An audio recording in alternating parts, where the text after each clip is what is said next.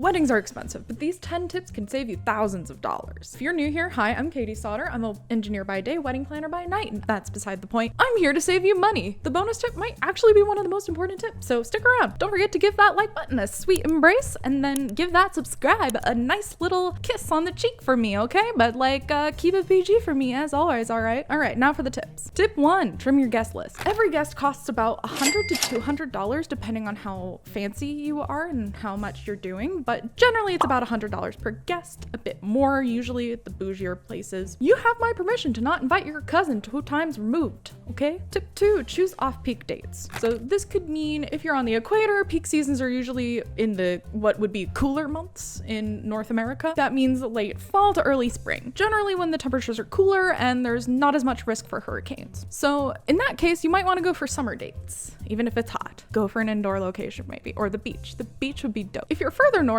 peak seasons are usually September and October, especially also spring. And winter dates are honestly great, and also cute Christmas decor and winter decor, awesome. So keep that in mind. On the topic of dates, usually Friday is going to be a lot cheaper and more manageable than like a Monday or a Sunday for a lot of people. Tip 3, choose venues that are naturally beautiful. There are incredible state parks, verbos, beaches, community centers. These often don't need a lot of decor because they're already very pretty. Before you sign off, check out this photo of a Raleigh, North Carolina community center. It's really pretty, right? That one's the Thomas G. Crowder Woodland Center. I would have my wedding there. It's really beautiful and it's not very expensive. Tip 4, this one's actually honestly my least favorite, but DIY. So I know everyone talks about DIY, but DIY can take a lot of time and you might not have endless time. Maybe you have 2 jobs. I don't know what your situation is, but DIY can be a lot. I only recommend DIY to people who have time or are crafty. If you have the skills and time, getting creative is honestly a great option. You could also repurpose items that you already have, like little candle votives or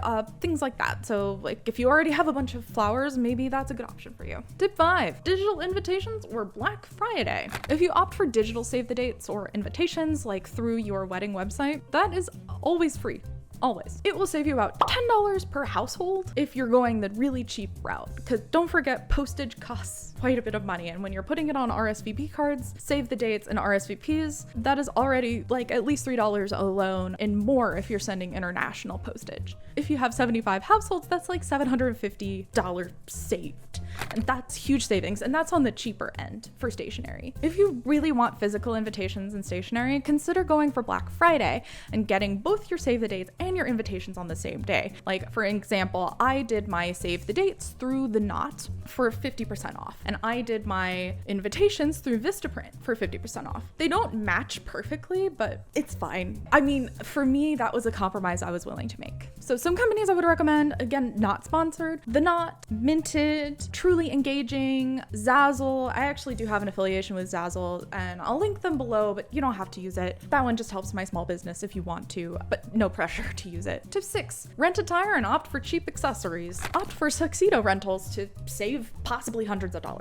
Also, I do have a Generation Tux affiliation, which would give you 20% off, but I only really give that to people who buy my complete ebook, which would happen in my email thread for my freebies linked below. I do have 2 freebies if you are planning your wedding and need help, but again, no pressure at all. I do have a free wedding planning timeline and wedding party mini guide linked in the description below. If you're interested, go check it out. Remember that renting Attire is also really good for the environment and can save you money and also be eco-friendly. It's great. Otherwise, shoes and the veil can cost a ton. Your veil can go upwards of $200 to $800 or more, depending on what you do. And certain veils that make sense, like if they're embroidered or whatever, but like most veils don't. So honestly, I would recommend going on Amazon or Temu, not sponsored again, to find some cheap veils or shoes. Don't spend a ton of money on it. Make sure they look nice, that's it. I do want to warn you against getting online wedding dresses though. They are often sheer, which is a problem that I ran into in this video up here. Tip 7, skip fancy enhancements. Sometimes some things are just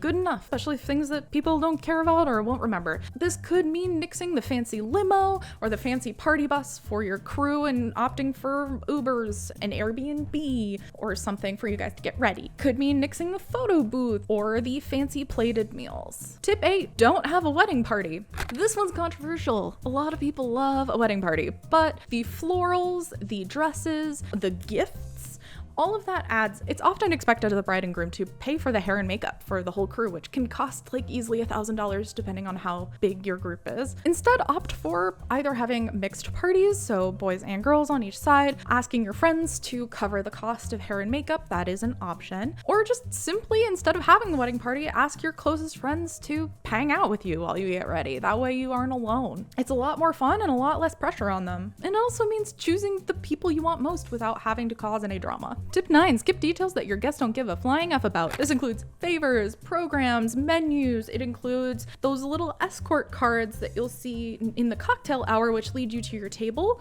I do recommend those if you do have a plated meal, however, but guests don't really care very much about them. And fancy linens. Your guests don't really care if you have the really fancy linens or just the regular cloth ones. Just regular cloth white looks great. Tip 10, allocate 10% of your budget to wiggle room and unforeseen expenses. If 10% is allocated to whatever, then you are unlikely to go over your budget. Because if you go accidentally over in one place, it gets absorbed into that 10% easily. This means that you'll for sure be able to stick to your budget. Before we get into the bonus tip, don't forget to check out my free wedding planning timeline and wedding party mini guide in the description below. You might find it helpful. Bonus tip, this is probably the most important tip of all. Adjust your expectations. Take a deep breath. Maybe you can't afford a Pinterest wedding, which most of us can't, by the way. And maybe you can't afford flowers hanging from the ceiling. Like, that's going to be really hard to do. But I bet you probably can afford faux flowers and solo wood. Check out solo wood, again, not sponsored, but they are really beautiful flowers. And honestly, a lot of people don't realize that they're even fake. That's more affordable for you and your crew if you do have a wedding party. Maybe you can't afford a planner to actually plan your wedding for you. So give yourself some grace to make mistakes. And remember, it's just one day. The most important thing is that you and your forever person are getting married, and that is the most joyful, happy thing. So focus on your top priorities and make those happen before the others. Remember, it's just one day. It's a celebration. It's wonderful. It's beautiful. It's lovely. But the whole point is for you to get married and to be with the one that you love. So no matter what happens, don't forget that the fairy tale wedding might not happen, but you and your partner are creating the fairy tale together, which sounds so cheesy, but like, it's so true. If you found this video helpful, you might also like